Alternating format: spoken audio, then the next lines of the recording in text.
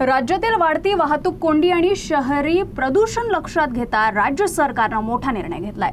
राज्यात नवीन ऑटो रिक्षांना परवाने देण्यास तात्पुरती स्थगिती देण्यात आली आहे। परिवहन मंत्री प्रताप सरनाईक यांनी ही माहिती दिली आहे।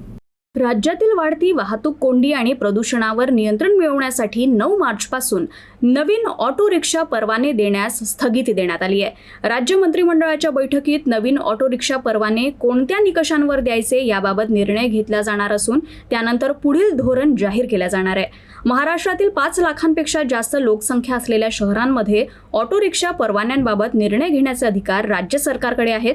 केंद्र सरकारनेही स्थानिक परिस्थितीनुसार निर्णय घेण्याचा सल्ला राज्याला दिलाय। राज्य सरकारांना वाहतूक व्यवस्थेचे नियमन करण्यासाठी आवश्यक अधिकार आणि लवचिकता देण्यात आली आहे। सध्या राज्यभरात सुमारे 14 लाख ऑटो रिक्षा परवाने दिले गेले असून काही ठिकाणी एकाच कुटुंबात अनेक परवाने असल्याच्या तसंच अवैध पद्धतीने परवाने दिल्याच्या तक्रारीही समोर आल्या आहेत। राज्यातील नागरिकांना अधिक चांगली आणि सुलभ वाहतूक सुविधा देण्यासाठी शासन लवकरच आवश्यक धोरणात्मक निर्णय घेणार असल्याचंही मंत्री प्रताप सरनाईक यांनी स्पष्ट केलं।